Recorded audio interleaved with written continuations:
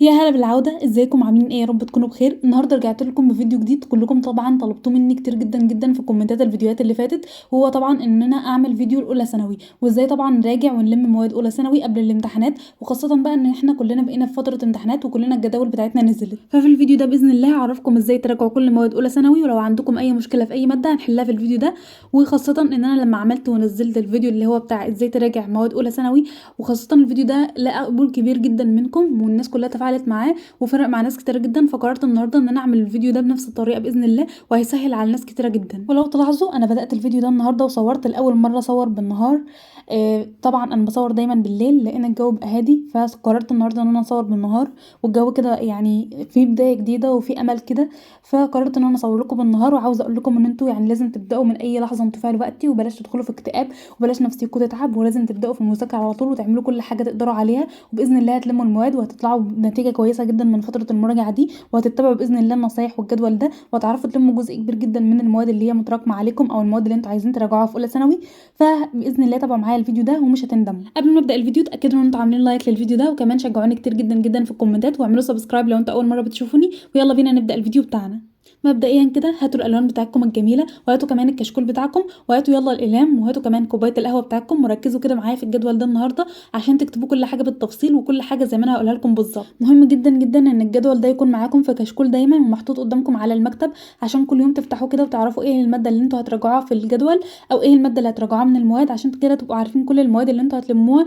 وكل المواد اللي انتوا مقصرين فيها. الجدول ده يحتاج صفحتين في الكشكول اللي معانا، ولازم يكونوا قبل بعض. الصفحه الاولى طبعا هنكتب فيها الجدول بتاعنا، والصفحه الثانيه هنكتب فيها حاجه مهمه جدا جدا وهقول لكم عليها في الفيديو. الجدول ده هيكون جدول اسبوعي، يعني عباره عن 7 ايام في الاسبوع هتقدروا ان انتوا تلموا فيهم كل المواد اللي عندكم في السبع ايام دول. وكمان في ميزه ان انتوا تقدروا تكرروا الجدول ده كل اسبوع لحد ما تظبطوا كل المواد اللي عندكم، لحد ما تدخلوا الامتحان كمان وتخلصوا كل المواد. طبعا انتم مستغربين ازاي انا ما عملتش جدول طويل جدا كده، عشان ما يبقاش ممل، وان احنا نقدر ننفذ الجدول ده ونستفيد منه اقصى استفاده، وما نحسش باي ملل، او ان احنا نحس ان احنا فقدنا الشغف كده وما عدناش عاوزين نكمل. فاحنا هنكرر الجدول ده كل اسبوع وناخد كمان راحه لو احنا عاوزين. فالسبع ايام دول كفيلين ان هم يلموا السبع مواد او الست مواد اللي عندنا 6 مواد، فيتلموا في 7 ايام عادي، وهندي لكل ماده حقها في كل يوم من ايام الاسبوع. الجدول يبقى 7 خانات افقيه للسبع ايام بتوع الاسبوع، وهيبقى خانتين رئيسيتين هنكتب فيه الخانه الاولى اليوم والخانه الثانيه الماده، زي ما انتم شايفين كده قدامكم في الفيديو. ولو الجدول مش هيبان او الكتابه مش هتبان وانا بكتب عشان ايديا بتبقى مداريه على الكلام، فانا هسيب لكم كده كده ما تقلقوش. الجدول في اخر الفيديو هتاخدوه، ممكن تاخدوه سكرين، فما تقلقوش جدا من الحكايه دي. انا كده كده بسيب الجدول يعني في اخر الفيديو وانتوا بتاخدوها سكرين. اول يوم معانا من ايام الجدول ده هيكون هو يوم السبت. هنبدا يوم السبت بمراجعه ماده العربي، وخاصه النصوص والقراءه. وزي ما احنا عارفين ان العربي له فروع كتيره جدا جدا، وخاصه النصوص والقراءه بتبقى جايه يعني فيها درجه صعوبه معينه لاننا مش بنبقى متوقعينها، فاحنا لازم نركز على الحاجات اللي موجوده في البلاغه، وكمان نحل كتير جدا في النصوص والقراءه عشان نتعود على اسلوب الحل فيهم واسلوب الاسئله، يعني عشان لما يجي لنا اسئله في الامتحان نبقى عارفين ان احنا نحلها. وزي ما بيقولوا دايما الممارس غلب الفارس، يعني الشخص اللي بيمارس الحاجه كتير جدا بيغلب الشخص اللي هو متمكن فيها او هو شاطر فيها بالفعل. فحاولوا تحلوا كتير جدا على النصوص والقراءه، وتحاولوا تشوفوا امتحانات كتيره جدا ونماذج كتيره جدا الفتره دي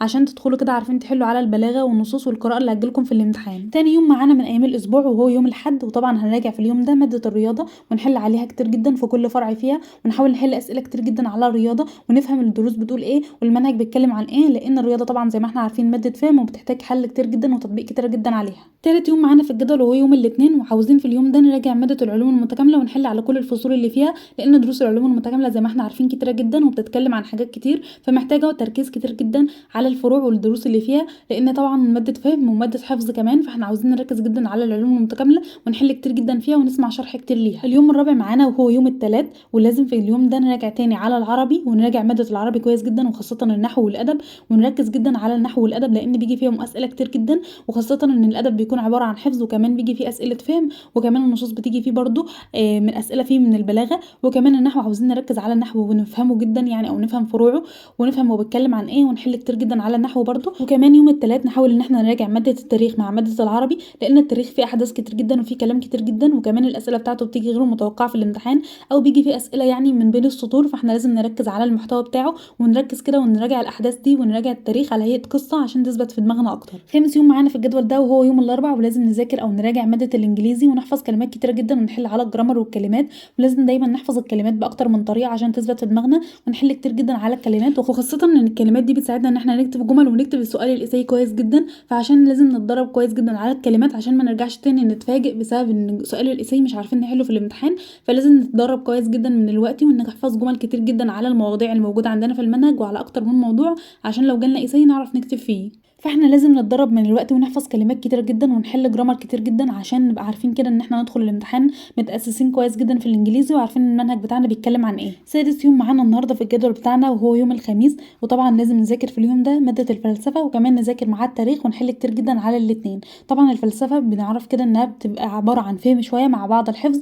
فاحنا لازم نحفظ كتير جدا برضو في الفلسفه والتاريخ، هما زي بعض في الحفظ يعني مواد تعتبر مواد ادبيه، فاحنا لازم نحفظهم كويس جدا ونحل عليهم كتير جدا لان برضو ما نستقلش بيهم ممكن يوقعونا في الامتحانات. فاحنا لازم برضو نديلهم وقت وفي يوم محدد كده زي يوم الخميس زي ما انا عملت كده في الجدول ده، تديلهم وقت كبير جدا من وقتكم في اليوم ده وتحاولوا ان انتوا تلموا الدنيا فيهم وتراجعوا عليهم كده في اسئله بقى في امتحانات وتحاولوا ان انتوا تظبطوه. سابع يوم معانا والاخير في الجدول بتاعنا وهو يوم الجمعه، لازم نراجع في اليوم ده ماده الرياضه وكمان نراجع معاها العلوم المتكامله. الرياضه طبعا زي ما احنا عارفين ان فروعها كتير جدا والمنهج بتاعها يمكن تقيل في اولى ثانوي بسبب طبعا كثره الدروس اللي موجوده في الرياضه والفروع اللي فيها السنه دي، فانتوا لازم تركزوا وتدوها وقت كبير جدا وتحلوا وتطبقوا عليها كتير جدا عشان كده تكون سلسه معاكم، وكل ما تدوها وقت كبير كل ما تفهموها اكتر. عشان كده حطيت لكم كمان معاها العلوم المتكامله لان فيها دروس كتيره برضو، فانا عاوزاكم تراجعوها اكتر من مره وتراجعوها في اكتر من يوم من ايام الاسبوع، ولو انتوا عايزين تضيفوا مواد تانية في ايام الجدول ده او ايام الاسبوع ممكن تضيفوا عادي لو انتوا عايزين ده او انتوا عندكم طاقه. نيجي بقى لاهم حاجه موجوده في الجدول بتاعنا النهارده وهي الصفحه اللي هنكتب فيها كل حاجه متراكمه علينا في كل المواد،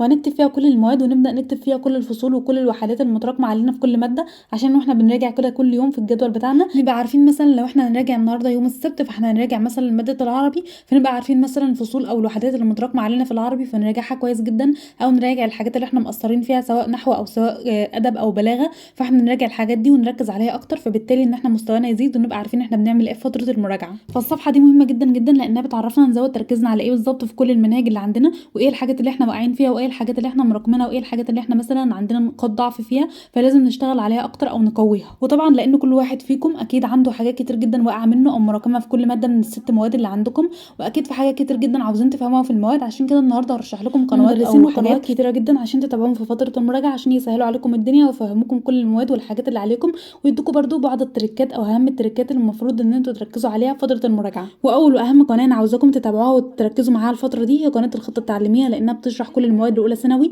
وكمان في قناه اسمها قناه الخطه التعليميه الاولى ثانوي، يعني في كل سنه لها سنه مخصصه لوحدها او لها قناه مخصصه لوحدها بمدرسين مخصصين، والقناه عليها عدد كبير جدا من المراجعات والشروحات لكل المواد وكل الحاجات اللي في المناهج، فده هيفيدكم جدا وهيخليكم دايما مركزين كده على اهم النقط اللي عندكم في المنهج. القناه بتشرح العلوم المتكامله كويس جدا وكمان عامله مراجعات كتيره جدا جدا على العلوم المتكامله هتفيدكم بجد وهتخليكم كده مركزين وهتخليكم كده تجيبوا درجات جميله جدا جدا في الترم الثاني. وكمان عندهم برضو شرح العربي والرياضه وكل حاجه على القناه دي، وبجد احسن حاجه اللي هي فيديوهات المراجعه اللي بتكون ساعه او ساعتين ولما لك كل النقاط المهمه اللي في المنهج وكل حاجه اللي انت المفروض تركز عليها. بالنسبه للرياضه بما ان الرياضه احنا محتاجين نفهم حاجات كتيره جدا جدا فيها وما نعرفش نذاكر غير لما نفهم او نسمع فيديو شرح، عشان كده ارشح لكم قناتين مهمين جدا، واول قناه هي قناه مستر احمد سرور اللي هي يلا نفهم ماس. القناه جميله جدا جدا وعليها عدد كبير جدا من المراجعات النهائيه هتفيدكم كده وهتلم لكم الرياضه في كبسوله، وبجد اسلوب مستر احمد جميل جدا جدا وبيسهل لك المعلومه ويبسطها لك كده، وكمان هتلاقي فيديوهات شرح كتير جدا لكل حاجه او كل الدروس اللي موجوده عندك في المنهج، وكمان هتلاقي يعني اسئله كتير جدا جدا هتلاقيها محلوله على القناه، وكمان هتلاقي حل الامتحانات النهائيه موجوده على القناه فتقدر ان انت تستغل القناه في المراجعه بشكل كبير جدا. تاني قناه معانا هي قناه مجهر الرياضيات، والقناه عليها عدد كبير جدا جدا من الشروحات وكمان المراجعات النهائيه وكمان حل اسئله كتيره جدا هتفيدك ان انت تلم الرياضه وكمان تراجع على اهم التريكات اللي موجوده عندك في المنهج. وبالنسبه للانجليزي فعندك قناه مستر عمرو رجب، القناه عليها عدد كبير جدا من الشروحات فتقدروا ان انتوا تستفيدوا منها، وكمان عليها مراجعات كتيره جدا لكل الوحدات فتقدروا ان انتوا تراجعوا منها الانجليزي بكل سهوله. وبالنسبه للعربي فقناه مستر محمد صلاح اللي هي قناه بسطتها لك جميله جدا وعليها مراجعات كبيره جدا جدا وتقدروا ان انتوا تستفيدوا منها في مراجعه كل فروع العربي، وبجد هتطلعوا من فيديوهات المراجعه اللي المستر عاملها لكل فرع هتلاقوا نفسكم كده ملمين بكل حاجه في العربي ومش محتاجين اي شرح تاني. وبكده دول اهم المدرسين واهم المصادر واهم القنوات اللي انتوا تقدروا تراجعوا منها مواد اولى ثانوي وتلموا كل حاجه قبل الامتحان. وبكده يبقى انا خلصت الجدول بتاعنا وبدات على طول ان انا اعمل ستيكي نوت كده وجميله، وبدات ان انا اكتب فيها مقالات تحفيزيه بحيث انها تشجعكم وانتوا بتبداوا الجدول بتاعكم، وانتوا كمان وانتوا بتكتبوا الجدول حاولوا ان انتوا تكتبوا المقالات التحفيزيه دي